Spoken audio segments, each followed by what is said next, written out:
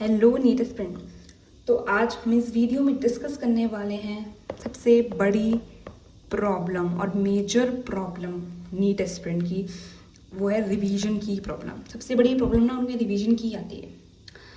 सबसे पहला क्वेश्चन ये आता है कि रिवीजन इंपॉर्टेंट क्यों है, मतलब रिवीजन इंपॉर्टेंट है कि नहीं है। मोस्ट ऑफ द स्टूडेंट क्या सोचते हैं कि चलो हमारा सिलेबस पूरा कंप्लीट हो जाए, उसके बाद लास्ट में जब हम लोग एग्ज़ाम 1 मंथ बचा होगा, 2 मंथ बचा होगा, जब भी सिलेबस कंप्लीट हो जाएगा तब लास्ट में जाके हम अपना रिवीजन जो है ना वो स्टार्ट करेंगे। और ये होती है सबसे बड़ी मिस्टेक। और जब आप ये मिस्टेक करते हैं मतलब आप धीरे धीरे धीरे धीरे नंबर आपके कम होते चले जाएंगे और आप ये देखोगे अपने मॉक टेस्ट में भी और सिलेक्शन से पीछे होते चले जाते हो। आप ये सोचना कि लास्ट में रिवीजन करेंगे सबसे बड़ी मिस्टेक है। तो आपको ना ये तो सोचना ही नहीं कि मुझे लास्ट में जाकर रिवीजन करना है, क्योंकि क्या होता है बच्चे टाइम ही मैनेज नहीं कर पाते रिवीजन का। होता क्या है, अगर हम इस बात को यहाँ पर अगर डिस्कस करते हैं, आपको क्या करना होता है, आपको लेना बनाने होता है, आपको लेना होता है लेक्चर। हो सकता है आप ऑफलाइन करते हो या ऑनलाइन करते हो। आप लेते हैं लेक्चर, लेते हैं लेक्चर लेना होता है। लेक्चर के बाद आपको फिर उसको रिवीजन भी करना होता है लेक्चर के। एंड देन आपको DPP भी सॉल्व करनी होती है। उसके बाद आपको खुद की अपनी जो बुक होगी PYQ वगैरह वो सॉल्व करने होते हैं। अब ये आपको एक सब्जेक्ट में करना है और आपके पास टोटल 3 सब्जेक्ट हैं। ऐसे आपको मान लो ये आपने बायो में किया है, ऐसे आपको केमिस्ट्री में भी करना है और ऐसे ही आपको फिजिक्स में भी करना है। मतलब आपका जो अगर आप मान लीजिए 12 से 13 आवर ऑफ स्टडी कर रहे हैं तो इसमें आपका पूरा टाइम इसी में चला जाएगा। तो अब मैं कैसे रिवीजन का टाइम निकालूँ, ये प्रॉब्लम होती है। और रिवीजन करना कैसे है, कैसे करना है, वो प्रॉब्लम होती है। तो आज इस वीडियो में हम वही डिस्कस करेंगे और मैंने कुछ 8 पॉइंट्स यहाँ पर लिए हैं, उसको हम लोग देखेंगे और ऐसे आपको पूरा क्लियर होगा कि एग्जैक्टली रिवीजन करना कैसे है। तो सबसे पहले हम लोग पॉइंट नंबर 1 पे मूव करते हैं, क्रिएट डेली रिवीजन प्लान। सबसे पहले आपको पता होना चाहिए कि आपको डेली रिवीजन प्लान बनाना है। सबसे पहले देखो डिस्कस करेंगे आपको करना क्या है। आपको अपने डेली स्केड्यूल जो आपका है उसमें से कम आपको 30 मिनट से 1 आवर का टाइम डेली आपको निकालना ही निकालना है। वो कैसे भी निकालना पड़े, आपको निकालना ही 30 मिनट्स निकालो, 1 आवर निकालना, ये टाइम आपको निकालना है। जब इतना टाइम आप निकालोगे तो इसको आपको रिवीजन में अपना जो प्रीवियस रिवीजन है, मतलब डेली के रिवीजन में हटाकर जो आपके चैप्टर्स हो चुके हैं उनको लेना है और उसमें से भी आप वो रिवाइज करो जो आपका वीक सब्जेक्ट है। हो सकता है आपका फिजिक्स वीक हो तो आपके उन चैप्टर्स को रिवाइज करना है। जैसे हो सकता है बायो का कोई पर्टिकुलर चैप्टर वीक हो तो वो रिवाइज करना है। जो आप सबसे ज़्यादा भूल जाते हो, जो आपका स्ट्रॉन्ग है वो तो आपको याद रहेगा लास्ट तक, लेकिन जो आप सबसे ज़्यादा भूलते हो वो आपको लेकर चलना है। मतलब फिजिक्स होगा केमिस्ट्री होगा, किसी का बायो होगा, तो उसके लिए आपको टाइम निकालना ही होगा। और जैसे बोलेंगे क्रिएट डेली रिविजन प्लान में से आपको इतना टाइम 30 मिनट, मतलब आपको क्या करना है, एक दिन पहले रात में अपना पता लगाना कि मुझे मॉर्निंग में 30 मिनट्स निकालने हैं, 1 आवर निकालना है या फिर किसी भी टाइम में, और मुझे अपना ये फिजिक्स रिवाइज करनी है। और लिख लो अपना कि मुझे ये पर्टिकुलर चैप्टर रिवाइज करना है, उसके मुझे इतने क्वेश्चन, मतलब 10 क्वेश्चन सॉल्व कर लूँगी 30 मिनट्स बनाने में, आप 10 क्वेश्चन सॉल्व कर लोगे, फिजिक्स चैप्टर निकालना है। तो एक दिन पहले ही अपना प्लान बना लो। ये करोगे ना, आपको जब मॉर्निंग में उठोगे रिवाइज हो जाएगा तो आपका पूरा दिन अच्छा जाएगा कि मैंने रिवीजन ही कर लिया, तो पूरा दिन आपका बहुत ज़्यादा अच्छा जाने वाला है। अब सेकंड पॉइंट मूव करेंगे, 60-40 रूल। अब ये 60-40 रूल क्या होता है इस पर डिस्कस करते हैं।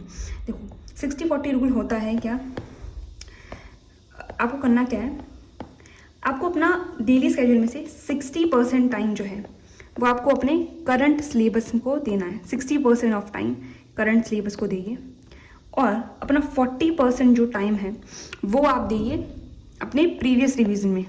कोई भी प्रीवियस चैप्टर जो है ना उसको उठाइए और उसमें लगाइए अपने प्रीवियस रिवीजन में 40% of time.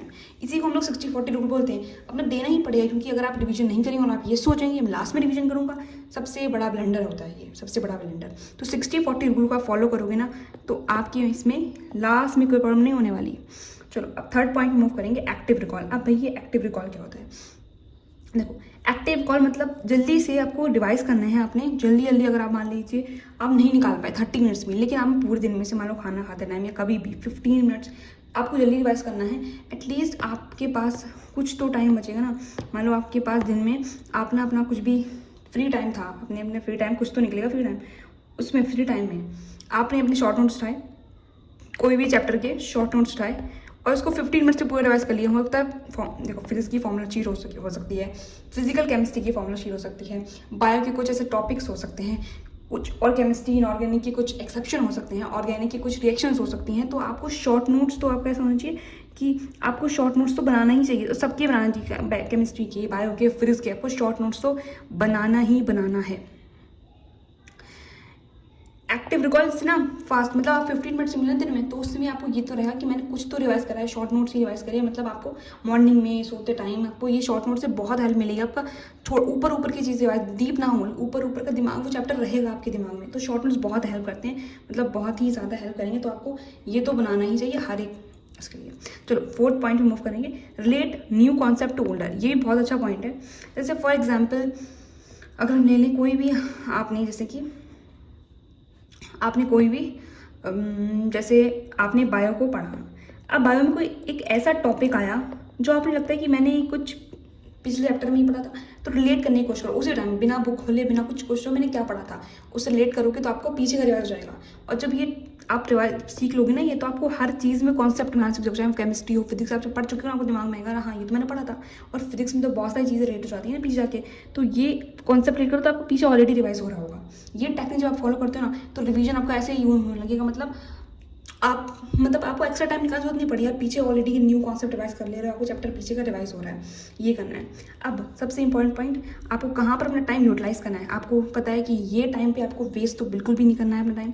Holidays for revision, जब भी आपको छुट्टियाँ मिली हैं, बहुत सारी चीज़ छुट्टियाँ मिल जाती हैं, जन्माष्टमी थी, रक्षाबंधन था, तो आपको हॉलीडेज क्लासेस नहीं होती हैं, तो उस टाइम को आपको यूटिलाइज करना है, ना कि ऐसा नहीं कि चलो हॉलीडे है तो कुछ नहीं करते, नहीं, वहाँ पर आपको सिर्फ और सिर्फ रिवीजन पे ध्यान देना है। अगर आपको मान लो 2 डेज़ की मिल गई ना, तो बहुत टाइम है, आपको कम से कम 12 to 13 आवर अगर आप पिछले रिवीजन लगा रहे हो ना, तो आप सबसे आगे चले जाओगे, आपका जो रिजल्ट ये पीक पे जाएगा। तो अपना रिवीजन अपनी holiday, Sunday one of the most important हम बात करें तो संडे तो आपका सिर्फ और सिर्फ रिवीजन के लिए होना चाहिए, या फिर आपके होना चाहिए वो मॉक टेस्ट के लिए होना चाहिए। मतलब संडे को तो आपको यही करना है और कुछ करना ही नहीं है, रिवीजन करो या फिर आप लगाओ अपने मॉक टेस्ट। चलो 6 पॉइंट मूव करते हैं। यूज़ PYQ टेक्निक आपको इस्तेमाल करनी है। PYQ टेक्निक क्या होती है देखते हैं। देखो PYQ टेक्निक ये है, अगर मैं डिस्कस कर दूँ तो आपको करना क्या, देखो आपको जल्दी रिवीजन करना है। मान लो आपको 15 मिनट्स है मॉर्निंग में, तो आप क्या करो, कोई भी चैप्टर का जो आपका वीक हो उसे उठाओ, उसके पहले आप PYQ लगा लो, ठीक है, PYQ लगा लो। और PYQ लगाने के बाद में फिर आप देखो कि प्रीवियस ईयर लगाओगे ना, तो आपको पता चलेगा मेरा कौन सा टॉपिक स्ट्रॉन्ग है, मेरा कौन सा टॉपिक वीक है। जब आपको पता चलेगा मेरा ये टॉपिक वीक है, तो आप उसको मल्टीपल टाइम्स जो भी आपका टॉपिक वीक हो उसे मल्टीपल टाइम रिवाइज करो, इससे आपको पता चलेगा मेरा कौन सा टॉपिक स्ट्रॉन्ग, कौन सा टॉपिक वीक। तो ये बहुत अच्छी टेक्निक होती है PYQ टेक्निक। अब सेकंड पॉइंट 7 पॉइंट हमारा है फोकस ऑन वीक एरियाज। अब ये वीक एरियाज फोकस ऐसे करोगे ये करके, और मॉक टेस्ट देके, हाँ मॉक टेस्ट दोगे ना, मॉक टेस्ट देकर और प्रैक्टिस कर ये चीज़ आप अपना वीक एरियाज, क्योंकि पता क्या होगा, आपको हर एक पर्टिकुलर चैप्टर का जब वीक एरिया पता होगा ना, तो आपको क्या करना है, आपको पूरा चैप्टर रिवाइज करने की जरूरत ही नहीं पड़ेगी। आपको क्या करना है, वो पर्टिकुलर चैप्टर खोलना है, ठीक है, और उसके वीक एरियाज देखने हैं, बस हो गया। मान लो आपको कोई प्रिंसिपल ऑफ इनहेरिटेंस चैप्टर है, आपको पता है कि मुझे इसमें क्रॉस बनाने में दिक्कत होती है, तो आपको पूरा चैप्टर रिवाइज करने की जरूरत नहीं है, आपको क्रॉस उसके देखने हैं। हो सकता है कि आपको मेंटली डिसऑर्डर नहीं आती है, तो आपको वो देखने हैं।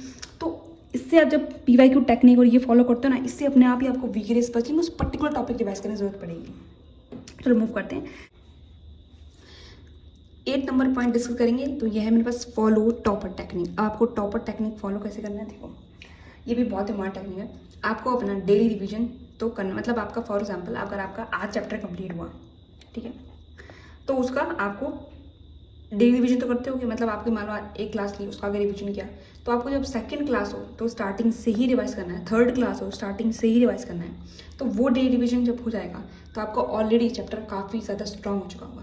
अब जब वो चैप्टर फिनिश हो जाएगा, जब वो चैप्टर कंप्लीट हो जाएगा, तो आप क्या करना है, उसको वीकली रिवाइज करना है, मतलब हर एक वीक में आपको वो चैप्टर रिवाइज करना ही करना है। फिर जब आप देखोगे ये वीकली रिवीजन हो चुका है, काफ़ी स्ट्रांग हो चुका है, तो फिर आप उसको ये नहीं रिवाइज करना छोड़ दो, तो फिर आपको उसे कब रिवाइज करना है, तो फिर आपको उसे मंथली रिवीजन पर लेकर आना है। जब आप ऐसे करोगे तो आप देखोगे लास्ट तक जाकर वो चैप्टर सबसे ज़्यादा स्ट्रांग हो जाएगा, और आपको ये हर एक चैप्टर में फॉलो करना है, हर एक सब्जेक्ट में फॉलो करना है। ये बहुत ही इंपॉर्टेंट टेक्निक है। तो इस तरीके से मैं डिस्कस करी है टोटल 8 टेक्निक, जिससे आप अपनी रिवीजन प्लान में काफ़ी ज़्यादा इंप्रूवमेंट देखोगे अगर आप ये फॉलो करते हो। 60-40 रूल फॉलो करो, डेली रिवीजन प्लान ये सब फॉलो करो, एक्टिव रिकॉल शॉर्ट नोट्स तो बनाओ हर सब्जेक्ट के बनाओ, ये भी बहुत इंपॉर्टेंट है। तो इस तरीके से आप फॉलो करोगे तो आप इम्प्रूवमेंट देखिएगा। और अभी अगर आपको सिलेबस कंप्लीट में प्रॉब्लम आ रही हो तो मेरी प्रीवियस वीडियो ज़रूर देखो, मैं इसमें पूरे हर एक पॉइंट डिस्कस किया है। So thank you so much. और आपके और कोई डाउट्स कमेंट सेक्शन में ज़रूर बताएं, मैं ज़रूर डिस्कस करूँगी। Thank you.